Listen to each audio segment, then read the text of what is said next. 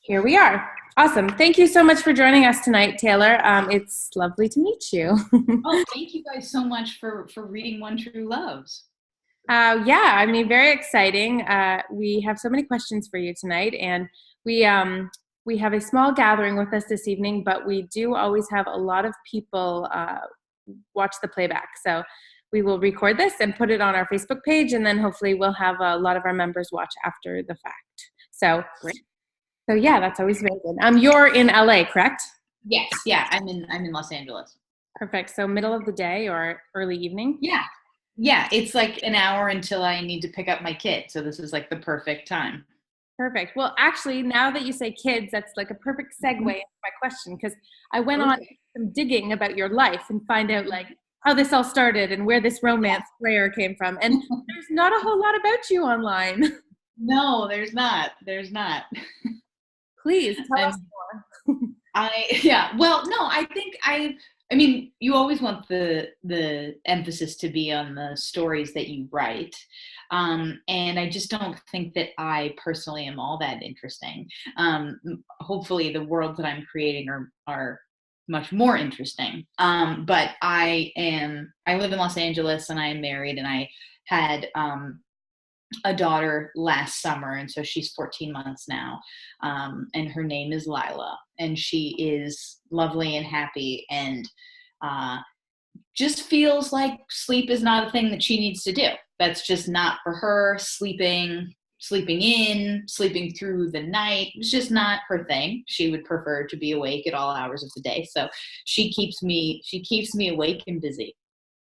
Well, you look very good considering you don't sleep much. I don't see Oh, thank you. bags under your eyes or anything. Thank you. Well, that's exciting. I mean, we all must think that your husband is some extremely romantic, where you Oh get all of goodness. your inspiration from. It's funny. My husband is very romantic, but he's very romantic in a non-traditional way, which is to say that I think that he's given me flowers once. I think like I in fact remember exactly when it was, and it was a very long time ago.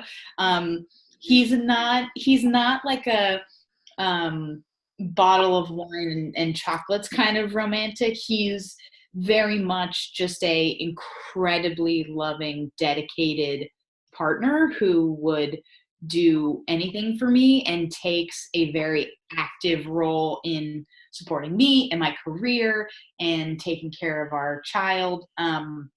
He's a writer as well. He writes for television and film, and so he reads everything that I write. He helps me make it better. He's so invested in my career and so supportive of it. And so that's the way he's romantic. Is he's very sweet, and and funny and charming. But it's funny to think of him as like a romantic guy because he's much more of a silly guy than that. That sounds far better, if I'm honest. Yeah, right. I know. I would much prefer a guy. Um, I will tell a story that one time was pretty sweet and romantic and very funny, which is that I was stressed out one day years ago, and he was like, "You should go get a massage." And so he dropped me off at this place to get a massage, and I had made a joke where I was like, are you gonna pick when you pick me up, are you gonna be like the hot guy in the 80s movie who's like resting on the hood of the car like with his Ray-Bans on? And he was like, haha. And I got out of the massage parlor, he was standing there waiting for me, like with his arms crossed, leaning back against the car with sunglasses on. And it was just so cute that he had actually like, taken the time to do that, that I swooned. And so occasionally he actually does do very cute funny things. Lovely. Well, tell us a little bit about the writing process and not specifically how you write, but how you got into writing. Like, where did this all start? You don't look like you've been old enough to. You're not old enough to have a career. I people do say that from time to time. I when I do readings, sometimes women will come up to me afterwards and be like, I know this is not really something you're supposed to ask people, but how old are you?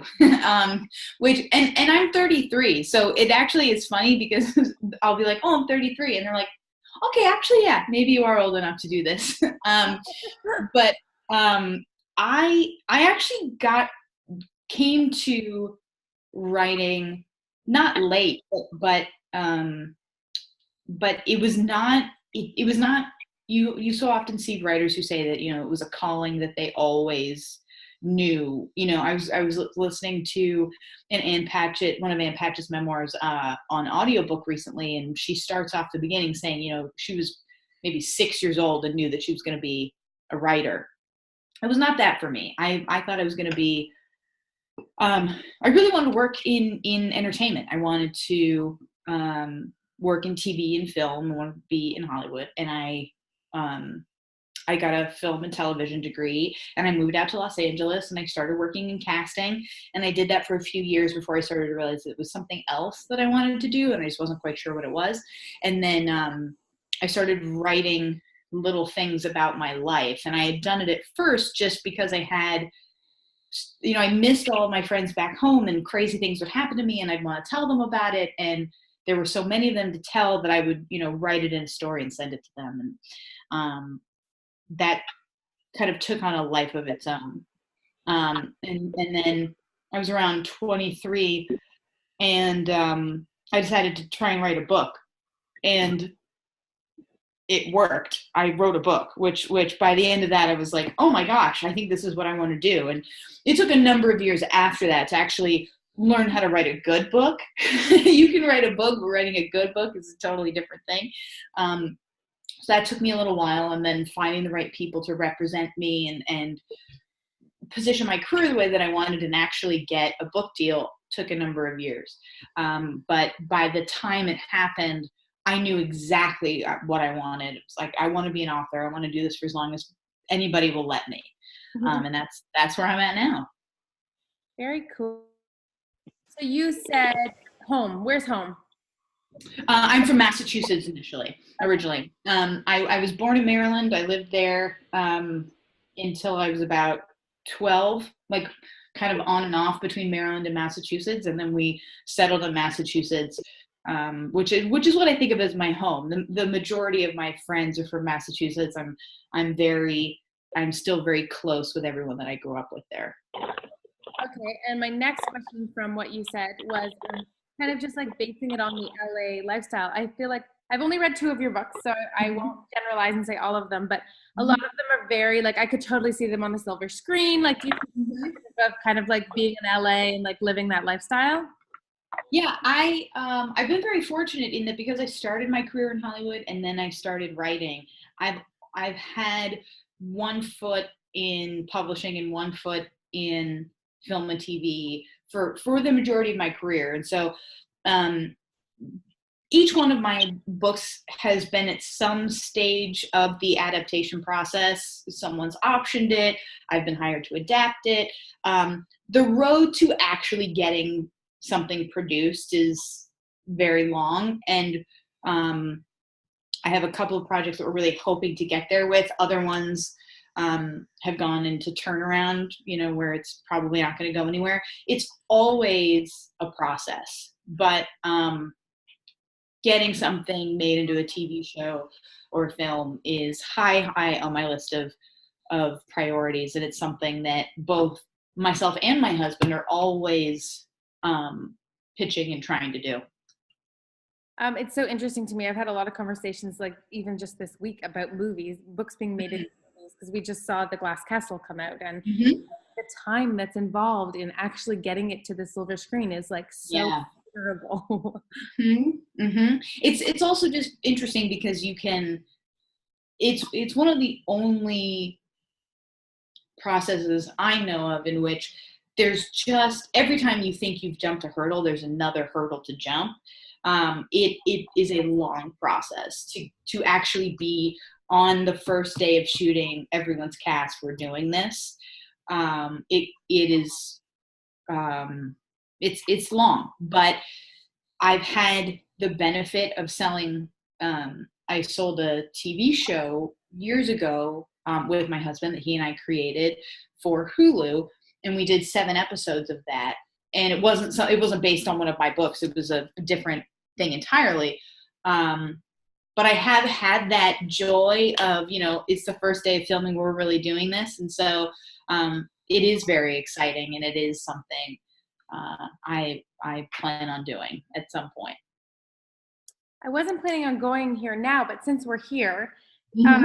just talking about like the involvement, like have you sold all the rights to all of you've written 5 books, is that right? Yes. Five, Yes, I've written five five in books. five Yes. years. That's what I seem to notice. Yes, that is exactly right. Yes. So Um, you sold all yeah. those rights, and do you have any say in how the movie's produced, or? It depends on the deal. So I sold my first novel that I let them option it. I have no creative control over that at all. I have a good relationship with the people that I sold it to, and so that we're always in conversation, but I'm not writing it. It's nothing to do with me. My second book, I initially sold as a TV show to a cable network. I wrote that. I adapted that myself, adapted the pilot myself, and it didn't go any further. So now that reverts back to me, and I can give that to whoever I want. And I'm in the process of letting someone else option that. The third one, my husband and I sold to a streaming service and adapted that one. And that one didn't go further. So we'll see what happens when those rights revert back to me. My fourth one, One True Loves, we're in no official capacity, but is very unofficially, we're working with someone to try to make that, to adapt that. And then my fifth book, which just came out, is another one of those things where it's very unofficial, but it's moving in that direction. Wow, okay. So like lots of potentials at least. You've got a lot of Yes, irons in the oven. exactly, exactly.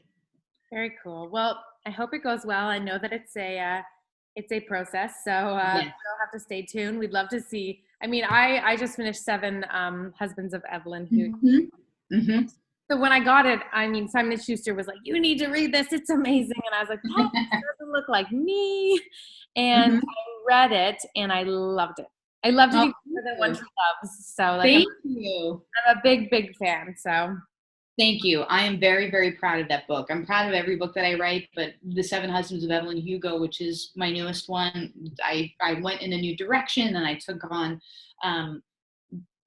maybe a little bit darker, more controversial ideas, and more complex characters. And I'm very, very proud of it. And I'm always excited to hear people's reaction when they read it. No, it's awesome. And I mean, the reviews are amazing. So, It's been very, very nice. yeah, it's been well received. Ladies, if you have not read it, I absolutely recommend it. Maybe you should tell just a little synopsis of what it's about. Sure. So The Seven Husbands of Evelyn Hugo is the story of Evelyn Hugo, who is 79. She is, within the world of the book, one of the most famous movie stars of all time. And she's 79 years old in the current day, and she decides that she's going to tell all of the secrets about her true life story. And so she chooses this rookie journalist named Monique Grant, and she says to Monique, I'm going to tell you everything, and it'll be yours, and you can write the book, and you can sell it after I'm dead, and all of the money will be yours. And Monique is very confused, because why on earth would Evelyn Hugo, who she's never met in her life and she has no connection to, gift her what is sure to be one of the biggest stories, of the decade. And Evelyn says, listen to my story and you'll find out why. And so over the course of the book, we find out how Evelyn, what she was born into, why she came to Hollywood, how she rose to fame, why she married 7 times, the things that she did to stay famous, to get more famous, not all of which are things that people, that I would do or that other people would do. She's a very fierce and determined and ambitious woman. And I love her. I'm so just besotted with Evelyn Hugo, and I think that she is just a really cool, badass woman who makes a lot of complicated decisions that I certainly hope I never have to face. Well said. The entire time I was Thank like, you. okay, I'm just looking for that like clue. How are they connected? Yeah. I will change the subject because as much as I would like to discuss this book, we better do One True Loves. I do have a question here from Carolyn, and I'll just read it to you. Great. Taylor, we read One True Loves with GBC, and I loved it. I felt the way you wrote about grief was very powerful and felt very much like my experience going through it. How did you come to that? How did you decide the best way to write that portion? Personal experience, question mark, research, question mark. Thank you very much. That means a lot to me. You know, I wrote my first book is about grief. It's called Forever Interrupted, and it's about a woman who elopes with the love of her life, and then he dies 9 days later, and she has to meet her mother-in-law for the first time in the hospital. And it's very much about that process of losing someone and how ugly those feelings are. So when it came to One True Loves, and I knew that part of what the story needed was Emma to grieve this loss, but she had to do it within the pages of the book very quickly, because it ultimately isn't a book about her grief as much as it is a book about her learning to live again. And so it was a unique challenge of how do you write something that feels true and honors the loss, but takes the reader through it relatively quickly, and then we can move on. I had just lost my grandmother when I wrote this book, and my grandmother helped raise me and my brother, and I have just adored her my whole life, and she was someone that I admired and I wanted to grow up to be, and it was a loss that hit very, very hard. And so I definitely took some of that and put it in there, and I also took I took the other forms of loss that I had maybe moved through to a further degree, because I was very early in the grief with my grandmother, but there have been other losses in my life that I could look at from much more of a, I'm at the end of the very dark tunnel looking back. So I try to kind of combine those things. And my hope was that I could take you very far down and then bring you back up in a short period of time. I absolutely think you did that. Another really interesting question, kind of on the same theme, from Sarah. She sent it in. She said, I love the concept in the novel of the before and the after. And I find there are moments in my life that have certainly defined this kind of separation. Was there something specific in your life that inspired you to include this in the novel? That is also a great question. And I can say, without any question, that before and after is my husband. I was young when we met. I was 24, and we had a very quick relationship. We were only together for 4 months before we decided to get married. And I know. I look back on it now because I'm 33, and I look back and I say, if any 24-year-old came to me and said they had just married the person that they'd only known since August, I would be like, you're nuts. Yeah. And what's funny is, bringing this back to my grandmother, my husband and I eloped, and I called my family to tell them. And when I called my grandmother, I said, Grammy, I have something to tell you. And she said, okay. And I said, Alex and I got married. And this is just exactly my grandmother and why she was so great. She just goes, okay, who's Alex? That really made all the sense to me. It was like I had met Alex and my whole world had changed, but I didn't, my family barely even knew who he was because we had only just met. And so, yeah, he changed my life. He changed my life, not just because, I found my person and I have this happiness, but also because he taught me, he was the force with which I was able to see and change the things about myself that I hadn't liked.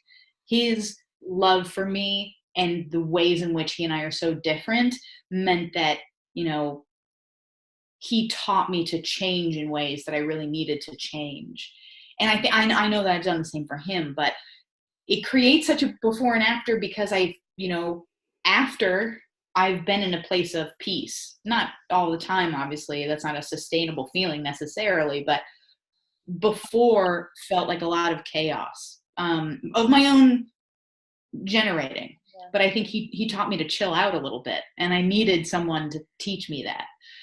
So he is absolutely my before and after. And when I was pregnant, was when I was 8.5 months pregnant when One True Loves came out, and I was doing various events, and someone had asked that question, and you're so emotional when you're pregnant.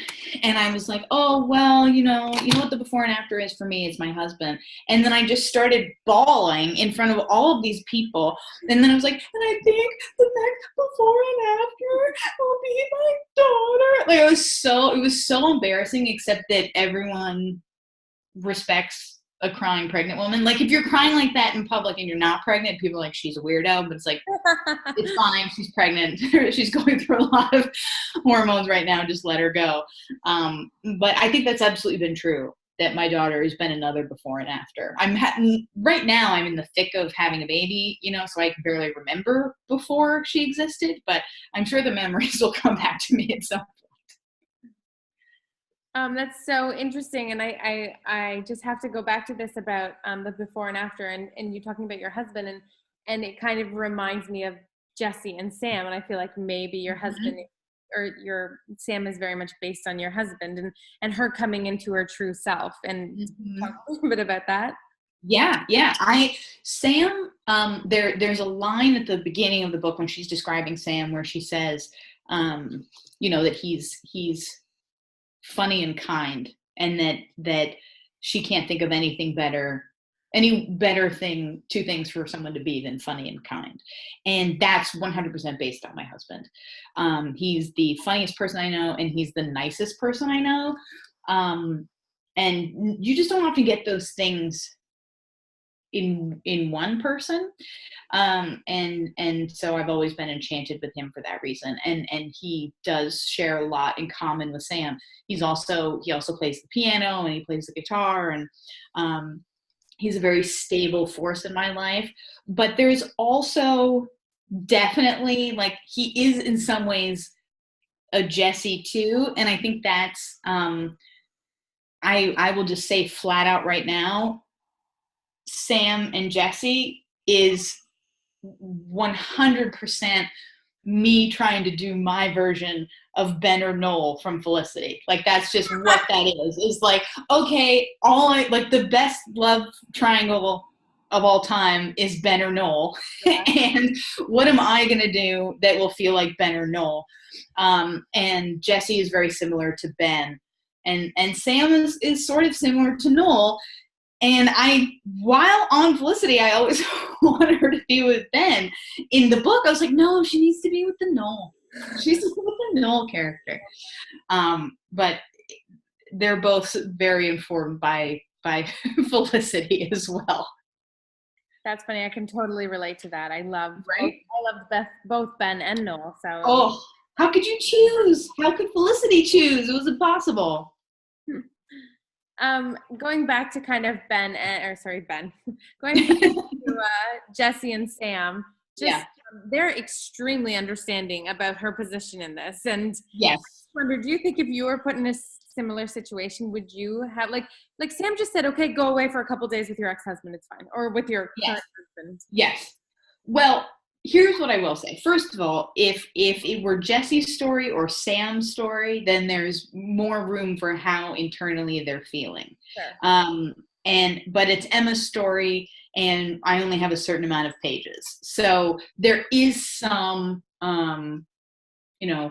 moving the story along.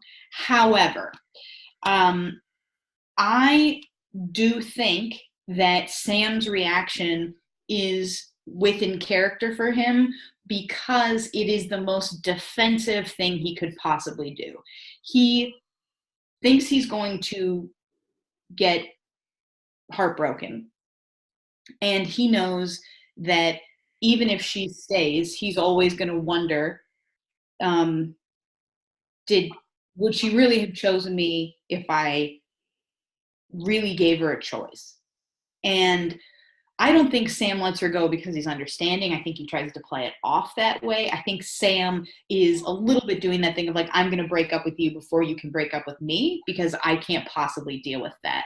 And even when he comes to the bookstore and he's bringing her the phone charger and once he starts to get a feeling of like, oh, she's actually going to be seeing Jesse tonight, he's like, don't call me. Like he gets very defensive and he's like, I will call you when I'm ready to hear this.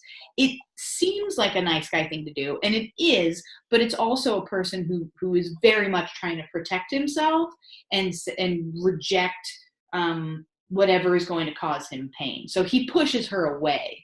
And I think there's definitely a version of this story in which Sam's inner life and the conflict that he feels of pushing her away but wanting her to come back is a very compelling and heartbreaking thing. It's just not this story, but I do think beyond the page that is going on. No, I can totally relate to that because even when she goes back to him, she's not sure that he'll accept her. Whereas I'm like, he totally wants you back. What are you talking about? Right. Right. Right. Exactly. Perfect. Okay, well, let's switch gears a little bit here. You have written 5 books in 5 years, Yes. um, Yes. that I know of, at least. I'm sure there's, Yes. No, you're right. Yes. and they are all romance. They are all love stories. I will put it that way. They're all love stories. Yes. And is that just because you love a good love story, or are you going to Oh, switch gears, or what is the genre? I it's interesting. I'm shifting. I'm in the process of shifting. I When I first started writing, I knew that what I wanted to do was to write books that people would pick up on a Friday and be done with Sunday night and want to just hold it close to their chest and never let it go. For me, those books were always books that had a beautiful love story in them. They're not necessarily romance or even primarily love stories, but books like Me Before You or One Day, those are the books that you just devour and your heart is so in it. And I mean, I remember finishing reading One Day and just just bawling my eyes out, and no one could console me. I was so personally invested in that book. So that was what I wanted to do. And that's what I set out to do with my first 4 books. Um, 4 books is a lot of books to write in that space. And I felt like when I got to the end of One True Loves, I was saying to myself, I think I've written all of that type of book that I can. And so that's why The Seven Husbands of Evelyn Hugo is as different as it is. And with my book that follows The Seven Husbands of Evelyn Hugo, I'm moving even further in that direction. I think I'll always be writing about how it feels to love and the tenderness and the heartbreak that can exist between people. I'm always primarily going to be motivated to write about that. But the genre for me is shifting a little bit as I've just been very fortunate to be able to write enough books as to say, okay, when it comes to writing about love in a contemporary world, I've covered all the topics that I want to cover, and I'm ready to tackle something else now, which is where I'm at. And yeah, you're totally right. Sorry. Like, I mean, it's called The Seven Husbands of Evelyn Hugo, but it's not necessarily about great love stories. Yeah, there is a huge love story within it that is unexpected and I think very thrilling. But it's about a lot more than that. But I'm always going to be a person who, I just want, even like I, I was watching Riverdale. Like I got really into Riverdale like 2 weeks ago and watched the entire thing in a week. And, I'm watching it and I'm like, oh, just kiss her, just kiss her. Like, that's just who I am. I'm always going to be that way. And my husband always looks at me when the two people in a show finally get together, and he's always like, you love it. And I'm like, yeah, I do. I love it. So I'm always going to be doing that in some form or another. That's rooting for them. Always rooting for love, always. Okay, so I have another question here from Carolyn, and she actually says this isn't really a question. Okay. But I'd love to hear you talk about this. I felt the most insightful thing you said was noting that deciding between two men isn't actually about deciding between them, but about deciding which version of yourself you want to be. Mm-hmm. Yeah, I am very proud of One True Loves because it overtly makes the case that this isn't about who she's going to end up with as much as it is her deciding who she is. One True Loves is a story of Emma growing up.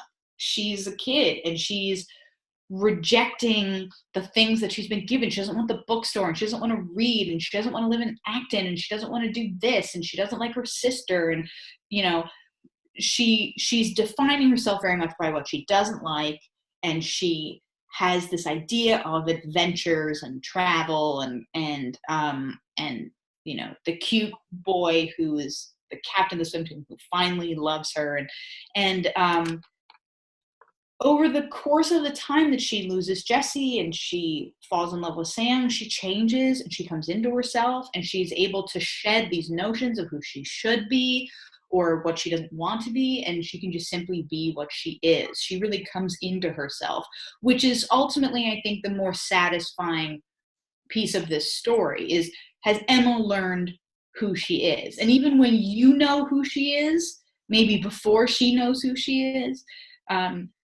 she realizes by the end of it exactly who she is and what she wants. And I think watching a woman self-actualize like that is exciting. And it does add something more than just, is it a question of this guy or this guy?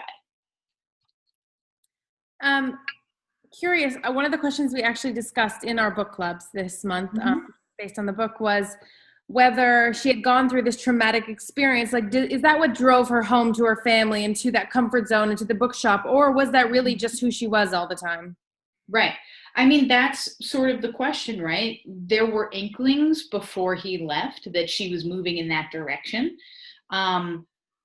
Certainly, the loss of him sort of thrust her in the direction. So it's she'll never know whether she would have eventually chosen it for herself anyway. But she, even before Jesse leaves on the plane, is starting to feel a change in herself. And when you're in a relationship with someone and it's predicated upon certain things that you have in common, those things are incredibly hard to change, even if you feel them internally, because you have someone holding you back. You have someone saying, no, this is who you are. You're seeing a reflection of yourself, and you want to line up with the reflection that this person is giving off.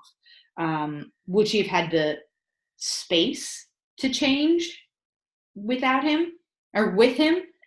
I don't know. Maybe she would have tried to continue to be the person that she had been. Maybe him being gone allowed her to really ask herself what she wanted without anyone interfering.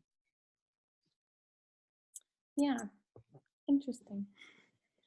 Let's just change gears a little bit and talk about the writing process, because you've written 5 books in 5 years, and I keep saying that, but like, that's a lot of books in a very short period of time. And I mean, yes, the process of writing a book itself is a long period, let alone getting it published and all of that, and going on the road and touring. So if you can just tell us how amazingly quick you write, we would love to know. You know what I think, the at this point I've it's almost like I feel like every September I'm going back to school, because it's like every September I know I'm starting a new book. And the reason that it works out that way is because I have a summer publication date. So the summer is spent promoting the book that I just wrote or just published, and September is spent writing a new book.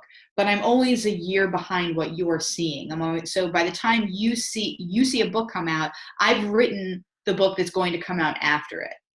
And I'm starting the book that will come out 2 years after. So it's kind of difficult, actually, I would love to talk more about the writing process in some of my social media accounts, to say, like, okay, starting a new draft, and here's what my desk looks like, and here's what's going on, and here's what I'm researching. But it's actually kind of confusing for readers because, I've just put out a book. The book that I would be talking about is the book that you're not going to see until 2020, potentially, or 2019. So it can be a little bit confusing. But at this point, I have it. I'm not going to say I have it on lockdown, because I always get to about January and pull my hair out and say, I'm never going to finish this book. This is the worst book that anyone's ever written. And so there's always panic at this point scheduled in. But around now, I start to write a draft. I write a first draft by setting a certain amount of words a day. And when I'm on a really tight schedule, it's a very high number. It's sometimes as high as 4,000 or 5,000, which 5,000 words a day is about 20 pages. That is a grueling process, but I get it done. And then it's just drafts. It's just how many words a day do I need to do to get a new draft, to fix what's going on. And eventually, by the time I get to about the third draft, my husband will read it and give me notes. And then I do a fourth draft or maybe a fifth draft. And then I send it out to my agent, who will give me notes. And then it goes into my editor. And then by the time it goes into my editor, I'm publishing the book that was on deck from before. So it's always, you're juggling a lot of books at one time. It's really interesting that it's like, for you, it's really just get it down and then get it right later. Whereas, absolutely. If I felt pressure to write something good every time I sat down to write, I wouldn't write. It would be way too intimidating. You can always change bad writing, but you have to get some writing down. So I always tell myself it doesn't have to be good, it just has to be done. And the thing is, for me, I don't plan out my first drafts to the level that a lot of other people do. I have friends who, when their first draft is done, they're done. I'm always like, oh God, like that sounds amazing, but I couldn't do it. My first drafts are a mess. And it's only by the time I get to the end of the first draft that I realize, I heard a quote somewhere and I don't remember who said it. But it's, if you know what your book is about, if you were right about what your book was about when you started writing it, your book is not about anything, which is to say that by the time you get to the end, you should learn that that the themes have surprised you, and that it's actually about, a number of different things. When I started The Seven Husbands of Evelyn Hugo, I thought that it was a book about love and scandal and power.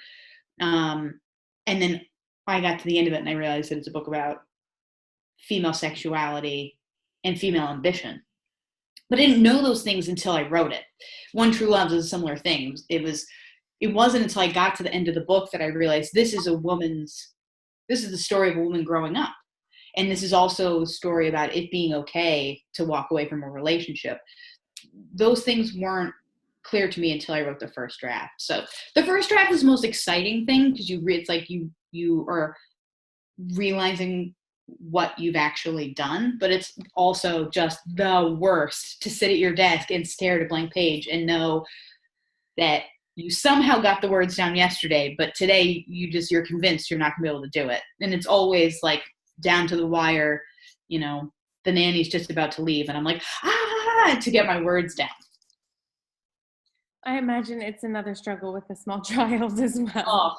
The biggest change of my life, I think, with my baby is well, sleeping, but also that I used to just write until I was done writing. So if I didn't get done writing until 8 or 9 o'clock at night, well, that's just what happened today. And the past year learning that it doesn't matter whether I'm done or not.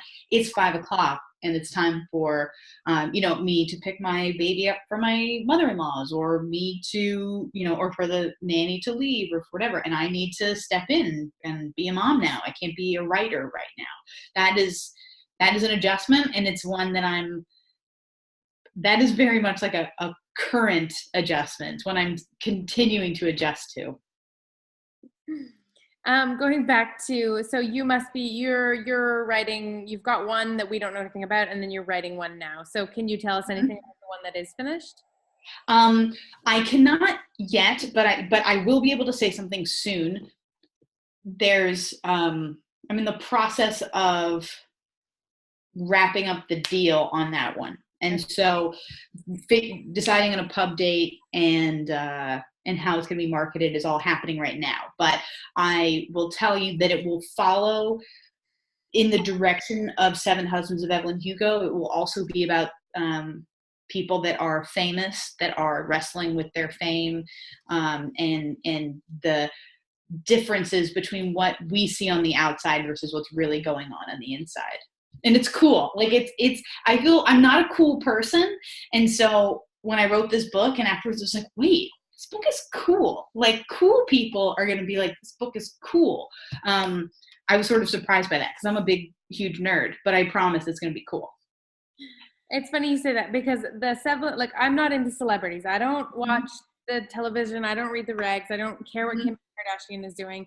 But so your book didn't appeal to me at all, but then I picked it up and I absolutely adored it. So anybody who's really not cool, still absolutely read it. It's funny. I get that. I am the opposite.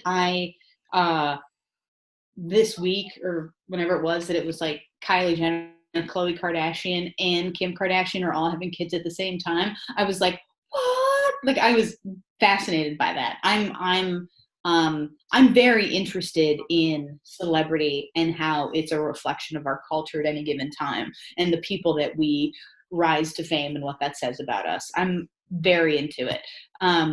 But I will say the Seven Husbands of Evelyn Hugo, it is about a celebrity and it is about media manipulation, but it's more than anything just about a woman striving to make a very specific life for herself.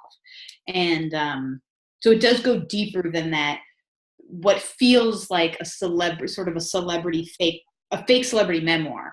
It does go deeper than that. But it's been interesting to see the reviews, because there are a lot of people that are like, I would never normally read this, and then they enjoy it. And I think, to be honest, for me, it had a lot to do with the era it was set in, because if it was set in today's age, it would have been a completely different. Oh, no, and no fun. Celebrity nowadays, it's fun to analyze, but it's completely removed of any mystery or intrigue. And I just don't, I don't know. I'm much less inspired by it and excited about it. It used to, I mean, it's always a reflection of our culture, but just the way that our culture is changing, and the way that we want access and information, and for nothing to be kept secret, or for there to be nothing that we don't know, it's much more tiring now. For sure. I mean, not to get too much in the book, but there's definitely some big secrets that probably would have hit headlines. Yes. Yes. Evelyn was able to keep a lot of things under wraps that Kim Kardashian wouldn't, and also wouldn't dare. She would want to capitalize on it. But Evelyn was very good at keeping her secrets.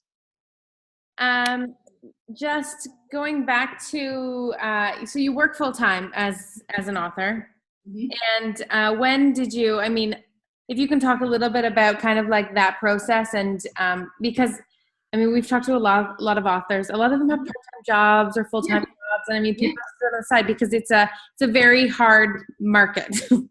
It is. It's hard to sell books nowadays. Every book counts, and so that's why doing something like this is so exciting, because you always want to get people reading your books and engaging with them. And I've been very fortunate in that I've been given multiple book deals. So I signed not just when I signed my first book deal, it was for 2 books. And so that meant, okay, I know a certain amount of money is coming in and I need to spend the next year writing this book.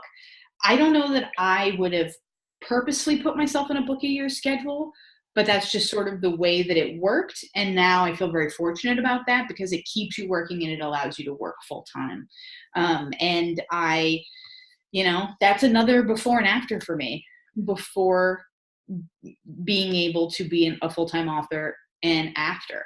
I have my dream job and it's not something that has ever gotten tired. I am appreciative of it and I feel the joy of it nearly every day. That's awesome. That's very good. And good that you're so like appreciative, because there are really, I mean, it's very like similar to the acting industry or the music industry, or Mm-hmm. and being in the heart of LA, I'm sure you see that all the time. All the time. I have a lot of friends that are actors. I have a lot of friends that are aspiring writers. When you have a dream and you follow it with all of your heart, it's only a certain few that are at the right place at the right time that are rewarded for what they love to do. I am one of those lucky people, and it is based entirely upon having the right book to break out at the right time. I think that with my first book deal was the moment where I was like, I'm sure I'm talented. I'm sure that's part of it. It's got to be a good book, but I can see very clearly the good fortune that exists here, because there are a lot of people that write good books that they just don't get into the right hands. So I've been very, very fortunate. Well, that's awesome. Well, thank you so much for your time. I do want to say that we had great reviews about your book, and we obviously chose it. We only read 12 books a year, so we were excited to read such a great love story. I do want to shout out to Simon & Schuster and tell you that they're your greatest advocates, and I'm sure you know that, especially the Canadian girls. I love everyone at Simon & Schuster Canada. Love. Well, they certainly believed in you. I just met with them again yesterday, and we talk books often. So when they put that book and Evelyn Hugo into my hand, they were like, kept emailing me, being like, "Have you read it yet? Have you read it yet?" So, they're great. They're absolutely great. Every time I get to see them, I'm happy. Awesome. Well, if you're ever in Toronto, let us know. For sure. And thank you very much for your time. And thank you, ladies, for joining us. And I will post this Thank you, everybody. and I will link you into it. So thank you again. Thank you. Bye. Bye.